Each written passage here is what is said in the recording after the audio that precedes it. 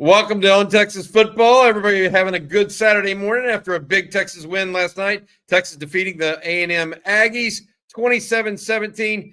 Jerry, let's start on the offensive side of the ball. Texas, for the first time this year, found a run game last night. It started a little bit in the first half, but really that second half, Trey Wisner, 92 yards alone in the third quarter. It started with a big 48-yard run to start the second half on Texas's first possession. What happened with this Texas run game against the Aggies? Yeah, so Trey Wisner had success in the first half, 5 for 29, right? So it's not like he got bottled up in the first half.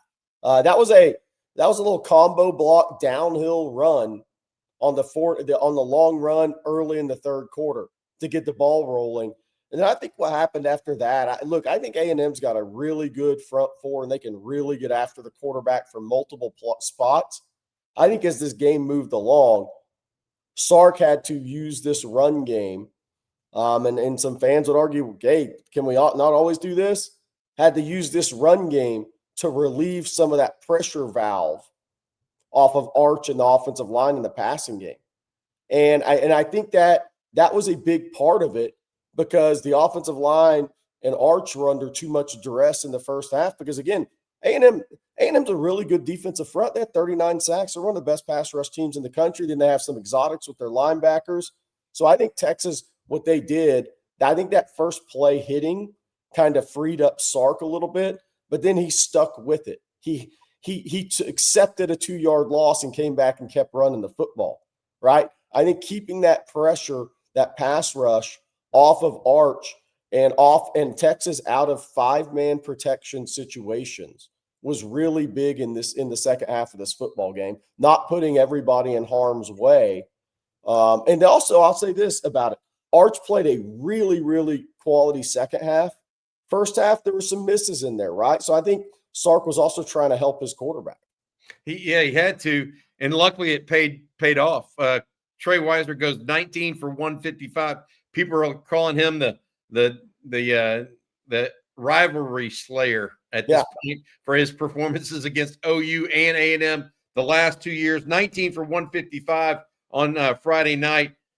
Arch, to your point, Jerry, started off really slowly. I thought the rush was getting to him. He was there were some drops from his receivers as well. They didn't really help him.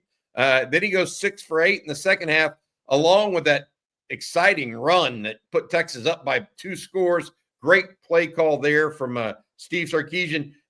The offense as a whole seemed to find its way, to your point, when they started to be able to run the football. It allowed Arch Manning to have more time. It gave your offensive line more of a chance in pass protection. Yes. And Texas, look, they outscored the Aggies 24-7 in the second half. That game, while it was 27-17, Texas beat up the Aggies up front. And I think that these two teams play again. I'm not so sure it's not the same result. And I don't care where Texas A&M is ranked coming into this contest. Yeah, for sure. I mean, look, that's the thing for me that watching this game is Arch played well in the pocket under duress in the first half, right? So he showed signs. He has had some of those misses that he's shown the propensity to do this season throughout the season. Second half, he played well in the pocket. Then he made those throws. And I thought that was really, really big for the Texas offense. They had 189 yards in the third quarter after 112 at halftime. They went 189 in the third quarter. And Wisner had 92 of those rush yards, but they also had some big pass plays, jack injuries, right? There were some big pass plays involved to the touchdown, the Ryan Wingo, obviously. I thought, look, the offensive line played pretty well because I think A&M's a really good defensive front. And I think they do a good job with some of their blitz packages as well. The Texas defense more than helped the offense out. And I know we're going to get to that. But to your point, Bobby, I thought Texas played a very, very good second half of football. I mean, very good. Even Mike Elko said in the press conference last night after the game that look, they couldn't execute in the second half. And he didn't have the answers. He said Texas beat them. And that's 2 years in a row he said that. He needs to keep saying that a third year and a fourth year. And yeah, we'll just keep that one going. I was going to say this, my hat's off, not only to Trey Wisner. I thought Steve Sarkisian also called a big game, a good game. Thought Arch Manning came back. You mentioned Jack injuries, Ryan Wingo with the touchdown catch. I want to mention this. We don't talk about them enough. Trevor Gooseby, Cole Hudson, Connor Robertson, DJ Campbell, and Brandon Baker. I know Trey Wisner is the offensive MVP of this game, but I'm not sure if the unit MVP isn't the offensive line with how they performed in that second half. And DJ Campbell may have had his best game of the season. He might argue it's his best game of his career. Who knows? But yeah, absolutely. Because again, when you line up against a defensive front where all four guys are probably going to be drafted on some level, that means everybody's got a tough matchup. There were no easy matchups, just like A&M on the other side with their offensive line. So the Texas offensive line, all those guys had to play well enough. Doesn't mean they all had to play great. You're going to lose some of those one-on-one matchups, but they had to play at a high enough level to give Arch time, to give the wide receivers time and those routes time to develop, to open up enough of those holes in the run game to actually match the physicality of A&M and run the ball downhill a little bit, which they did, which is great to see. But yeah, the offensive line, and I'm sure if you asked all five of those offensive linemen, they'd all give the game ball to DJ Campbell because I think he played great. No, interesting. All right, want to mention that go to the defense next, but first I want to say thank you to our sponsor. Our sponsor is Adam Lowy of the Lowy Law Firm. They've been sponsoring Rapid Reactions all season long. We appreciate Adam and his firm. If you've been injured in a car wreck, truck wreck, automobile accident of any kind and think you might be due compensation, reach out to Adam and his firm. They'll give you a free, no strings attached consultation to see if you might be due compensation. Adam, University of Texas Law School grad, appreciate you very much for your ongoing support of the Longhorns. I got a text from him late last night, excited about the Longhorn win. All right, that defense that you mentioned, Jerry, it felt like that this team was holding on. The defense was holding on in the first half. They were getting, there were 10-yard plays here and there, 15-yard plays here and there. It looked like A&M's offense would eventually wear this defense down, I thought. But it never did. The second half, if it weren't for a face mask penalty, Texas literally locked down one of the most potent offenses in the country, and they did it with a number of fresh faces on defense, Jerry, and in the secondary right now. So what were your thoughts on the Texas defense overall?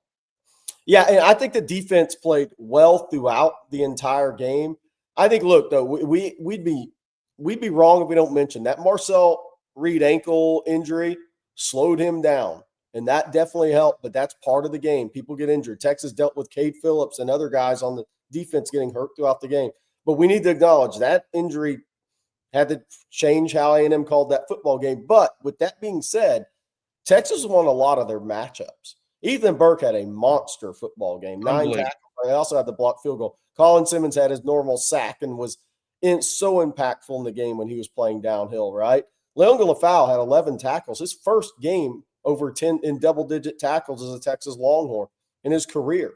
You saw Kobe Black come off the bench, right? Had an interception late in the game and 3 tackles, was very physical on contact in that game. I thought the Texas defense, Jolly McDonald was physical, right? Tough face mask all, but a physical game he played. You can look at so many other guys. Cole Brevard was tough to move, right? Alex January continues to grow and play in the backfield of the opponent more, even though he's not necessarily having a lot of TFLs, but he's being disruptive. You can look at so many things in the Texas defense and said this position played well. They did their job. And I'll tell you another thing. You have to go back and watch the tape, Bobby. But how many times when Marcel Reed was sitting in the pocket, did he end up having to escape or he's feeling the pressure? Texas secondary on the back end, either Marcel Reed was missing wide open guys or the Texas secondary showed some improvement because he was not really releasing the football down the field against Texas, even then when it was downwind. So that tells me that Texas was doing some good things in the secondary, unless Marcel Reed just wasn't seeing the field. Yeah, I mean, I wrote this down to talk about, and it was no busts. Yeah. No busts. I thought there might be one in the third or fourth quarter, and it ended up actually being A&M pushing off Yeah. on Malik Muhammad. And so my point would be that was one of the biggest things I was really concerned with on going into Friday night, Jerry, was whether or not this Texas secondary, which has been beleaguered at best at times this year, could come up to play against a potent Aggie offense. And sure enough, they did. I also want to say congrats to Michael Taft with the interception on his final in his final game at DKR. That had to be a good one. Of course, it was senior night. Ethan Burke went out the field the right way, in my opinion. Some other guys as well. Leon Galafal, you mentioned. Texas also without Anthony Hill. So this was a defensive performance without maybe their defensive leader in so many respects. But they showed what we said. Next man up had to happen, and that's what occurred. Another thought I thought that played a big role in this game for the defense was the crowd. Oh, There's no doubt that the crowd, and CJ Vogel in our post-game show said it was the loudest he's heard DKR for a continual game. Like he said, there's been other sounds or individual pockets, but for an entire game, he felt like it was as loud as it could be, and it certainly affected the snap count of the Aggies. Multiple false start penalties, an offsides penalty as well. The crowd affected the outcome of this game, maybe a little bit more than you even realize. Good on the Texas fan base. I'll just put it that way, because this defense at one point in time looked like it was hanging on by a thread, came out and dominated for most of the second half. Yeah, no doubt. Look, I thought I was surprised. If you asked me one thing that would surprise me about this game, it was the fact that Texas held A&M to 17 points, because it just was hard to see that coming after the last few weeks defensively. Mm-hmm. And that takes a total team effort. That takes guys that are willing to be coached hard, because there was some hard coaching going on, Bobby, and there was some soul searching and some conversations amongst themselves as defenders. So that's a serious hat tip to the Texas defense, because they have been really beat up, and then one of your leaders doesn't play, right? And so there were so many things not in their favor to hold Texas A&M to 17 points. And really, I mean, that A&M started going tempo when they had to, when they were down. So that was 10 points for a lot of the game. Blocked the field goal. I also want to say this, Bobby, as well. Mason Shipley and Boo Meester also came through. Boo Meester averaged 49 yards a punt, and majority were into the win. And Mason Shipley hit both of his field goals. So everybody helped out the defense in this game, and the defense played well on top of it. Yeah, I think it was you mentioned Ethan Burke, by the way, and having a big-time game on defense. His play on special teams was phenomenal. I mean, not only the blocked field goal attempt to start the game off, really, but also the tackle on KC Concepcion when he was the only thing between him and, pay dirt, essentially, when Texas needed it. And big-time play there by Ethan Burke in the open field against just a tremendous all-around athlete in KC Concepcion. Jerry, Colin Klein, the A&M offensive coordinator, formerly the offensive coordinator at Kansas State, is now 0-9 against the Texas Longhorns as an offensive coordinator. Does Pete Kwiatkowski have his number a little bit? I mean, he's only scored 2 touchdowns in the last 2 years. Yeah. What are your thoughts on that? Yeah, I mean, look, yes. I mean, because we talk about going into this game on the other side, which I want to mention later, Sark's record against top 5 opponents. Well, that goes around everybody, right? So now Colin Klein's had 2 chances against Texas. And look, he put up 7 last year and was shut out for most 0. He put up 0 last year. It was 0 because it was a pick 6. And then Texas had a huge 4th down stop, right? Ethan Burke again. Him and Trey Wisner are legends against A&M, by the way. So he's 0 for 2. He's 0 for 2, and this was probably A&M's worst offensive game of the season, especially considering the magnitude of the game. Auburn's got a really good defense, but Texas A&M had scored on a lot of people and put up a lot of yards and a lot of points, and he has not against PK either time. Yeah. Question for you, Jerry, as we get going here. Big, huge win, no doubt. There were a lot of recruits on campus, mostly 2027s, but there were a couple of official visits that we know of as well. What do you think this win does for Texas recruiting? Because look, the likelihood is that A&M, Texas Tech are going to be in the college football playoffs. Likelihood is OU. We'll talk a little bit about those games and probably do that in a different video today. But my point being, how important was this win in some respects as it relates to recruiting?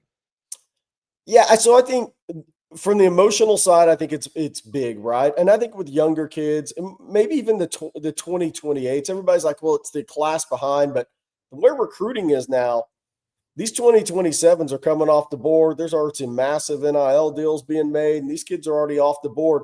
And where it's a little different than it used to be. And I'm not trying to downplay anybody's victories that happened this weekend, but as things are so NIL driven, some of that emotional rivalry games don't quite mean as much. If it helps you with 2 kids, though, it's meaningful.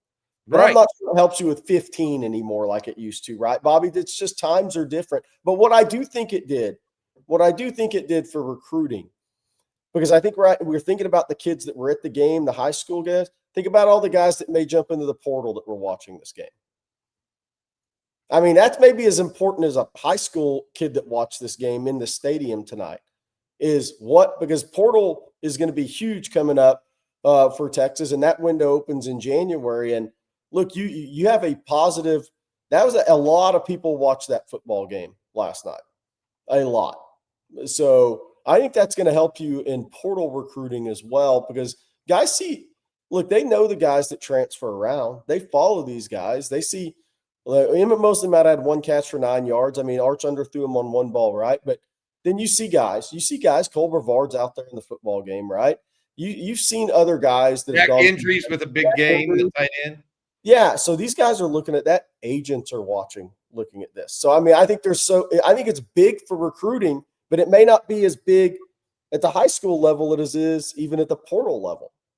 Yeah, I got to think Texas is going to look in the portal for some offensive line. They lose their middle 3 starters at guard, center, guard, and also got to be somewhat alluring to play with Arch Manning because he might be able to make you look good a little bit at times too, because he's got some mobility. He can get out of the pocket, and he's willing to take a hit, man. Arch Manning on Friday night, I'll go back to this. Before we say goodbye today or this morning, I felt like he again showed his toughness and grit. Did not start well. My goodness, Jerry, it looked like some of what we saw early in the season from him.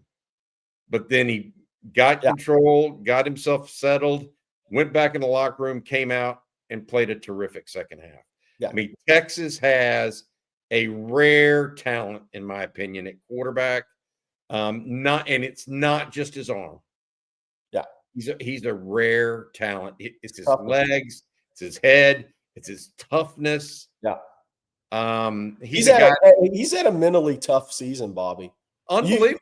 If we were ranking the quarterbacks that had the mentally toughest seasons, he's probably at the top because the expectations. Garrett Nussmeier may have had harder. Maybe Nussmeier. Maybe that's the other guy. Maybe Lenoris Sellers in a weird way because South Carolina put nothing around them on the offensive line. But Arch had the expectations like nothing we've ever seen, and he had to deal with the failure out of the gate. I want to say this too, Bobby, before we go, because Sark takes a lot of hits on play calling. But I want to say 2 plays that I thought were great last night. Tight end sweep to Nick Townsend to put the ball in the end zone from the 3. What I thought was he hadn't run it all year, brought it out the right time, and then the called run for Arch Manning out of empty that went for a touchdown. Yep. And there were big plays that decided that game because, that little tight end sweep to Nick Townsend, They never ran it. Nobody saw it coming. You couldn't prepare for it. Touchdown. Arch Manning out of the empty set on the QB draw power. Two great play calls when they need him the most.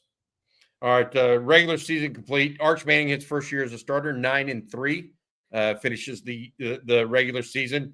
Now we wait to see what happens in other games across the country, because Texas, with a double-digit win over the number 3 team in the country, is the only team that can claim 3 wins over top 10 teams at the time. Also defeating a Vanderbilt team that plays Tennessee later today, as well as an Oklahoma team that plays LSU today. So those are a couple of the games. We'll talk about more of them in a little bit later on in another video. But Jerry, Longhorns right now in the season on a 6-1 run. They lost to Georgia. Reality is, no shame in that. Georgia, a physical, good football team in Athens. Now you wonder whether or not Texas should schedule the Ohio States of the world. Let's see what the College Football Playoff Committee has to say about that. But also, as the song goes, goodbye to A&M. That's going to do it for Rapid Reactions. Thanks again to our sponsor, Adam Lowy and the Lowy Law Firm. If you've been injured in a car wreck, truck wreck, or automobile accident of any kind, make sure you reach out to Adam and his firm, LowyLawFirm.com. Texas 9-3. The Aggies 11-1 and kept out of the SEC championship again and never been to it. So good for the Longhorns. For Gerry Hamilton, as well as our producer, Matt Hutchinson, this has been On Texas Football. Welcome.